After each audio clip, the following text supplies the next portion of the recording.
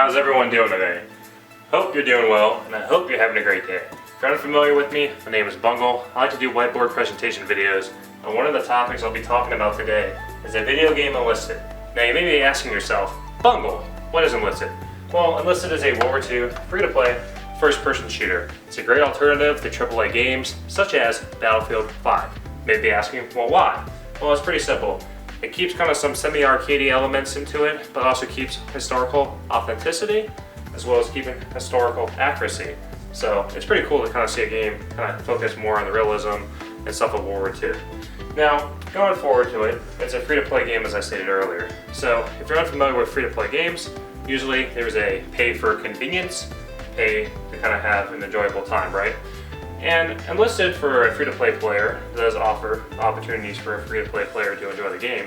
But you have to understand, there's a progression called the campaign system. Basically how the campaign system works is as you progress through the game, through the levels, you level up. Each campaign level will give you new weapons, will give you a new crew, new squad, new tanks, etc., right? And one of the ways to expedite it is through a premium account, which usually gives you double XP. But in addition to a premium account, there's also premium squads. And premium squads can give you XP as well, in addition to that premium time XP.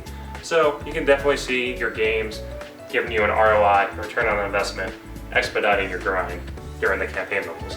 And one of the vehicles or premium squads and stuff we're talking about today is the Battle of Berlin, the M4A2 76W premium tank. Now you may be asking, what's the W for the Russian M4A2 76? Alright, so this is a premium Sherman. The W stands for a wet rack. And what I mean by a wet rack is that the shells in the tank are going to be kind of wet or whatever, so when they get hit by ammo or when they catch on fire, the shells will catch on fire. Let's say a round penetrates the tank and explodes. It's not going to cause the ammunition to explode. So the wet rack is there kind of to prevent ammunition explosions and stuff like that. So that's why that W is there. This is kind of like a Lend-Lease vehicle too. So the United States gave the Russians the M4 Sherman, and the Russians are using it here in the Battle of Moscow. So this is a premium tank that's going to cost you roughly $40. So like all my other videos, I'm going to do a little overview of this premium tank, kind of give you my thoughts, my opinions, talk about the features of the tank, as well as kind of why the benefits of having a premium squad vehicle in the game. So basically this is an M4 Sherman, or a late version 76 Sherman, right? 76mm gun. The 76mm gun is very good at taking out Panzer IVJs, especially. The Panzer IVJ has no competition over this tank. And the reason I say that is just because the traverse speed of the Panzer IVJ is slower.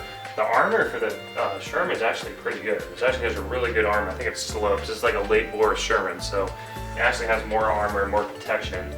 Definitely against Panthers as well, surprisingly. So, like I said, the same gun that's used for the Panzer IVJ is kind of used on the Panther. So that 75mm, if it's bouncing off the M4 Sherman, it's definitely going to do the same thing with the Panther. So there's that as well. The 76, like I said, is a very good gun. It can penetrate easily. The Panzer IVJ through the front. Panthers, you're going to have a little trouble. You probably want to hit them on the side of their turret, get them in the shot trap. And the reason I say that is because if you hit the Panther on the side or whatever, on the side turret cheek or whatever, it's going to go bounce down and explode inside the crew, kill the crew. So there's that as well. Now also, this also gets 7.62mm coaxial machine gun and a 12.7 or 50 cal for the top. So the commander can just take out, you can go in the commander mode, press 3, press left control, you're in the commander mode, and you have the machine gun and you can easily take out opponents. And a 76mm gun has great explosive, HE, high explosive, for taking out enemy infantry as well. Now you may be wondering, Bungle, is this worth picking up? Well, pretty simple right now is that the Battle of Berlin, the Russians do have a complete advantage. I would say 70 to 80% win rate compared to the Germans.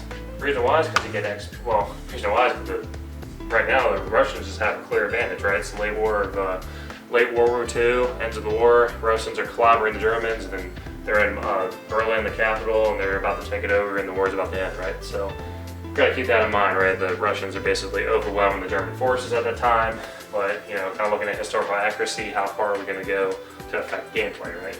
So right now, basically, to be blunt, the Russians are clubbing the Germans. Now you may be wondering, okay, Bungle, if the Russians are clubbing the Germans, do you recommend picking up this premium tank? Well, I would say if you're interested and you like playing tanks and everything like that, it's a little different compared to the other campaigns, and that is more close quarters combat. So keep that in mind when you're playing this tank. You don't want to yellow, but definitely kind of way the games are going right now with Russians just steamrolling everyone. As long as you're with your infantry, as long as you're with your fellow Russian teammates, then you'll be good to go. As long as you stay close to them, maul down, and for some reason too, when I play the Russian tanks versus Germans, it's pretty easy to get taken out as a German if you're left kind of with your infantry or without them, because the Russian players are smart enough to take you out. But for whatever reason, the German players don't even bother risking it, or they just ignore you. So, like I said, you have to play the game mode to understand that there is a total steamrolling going on. I have no idea what's going on with the German teams, but they're not as aggressive as the Russian teams are in the Battle Royale. So like I said, if you're new, you're having a hard time playing the game, like bottom half of the team, match with the T-34-85, very easy tank to play. Once you get the hang of that, and you're really doing well with tanks, then get the premium version, because you'll see that XP boost pay dividends when it comes to the campaign rewards.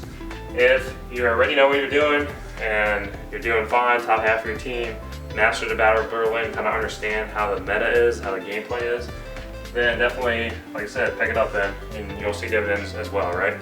Another price tag of $40 to some players, maybe like, whoa, right? Wait for it to go on sale and stuff like that as well. But keep in mind, if you're playing this game constantly, like this is your only game you're playing, right?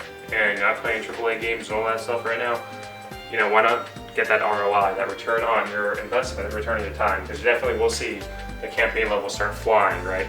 Especially when you start doing really well with this premium tank. Now, if you reached this point in the video, if you got questions about this or how to play this tank or anything like that, please comment down below. I'll give you my recommendations, my bungles, tips, and tricks. But it's pretty simple. All you need to do is stick with your teammates, drive out there, you'll steamroll Panzer IV Js, no problem. They'll bounce off of you, like I said. Pretty simple. Don't worry about it. Stick with your Russian teammates, don't clobber everything. And the German teams right now are not that aggressive, so you don't have to worry about that as well. But if you like the video, press the thumbs up and that thumbs up button. Subscribe if you want to. Appreciate you all sticking around. Leave comments for future videos down below, and I hope you all have a great day.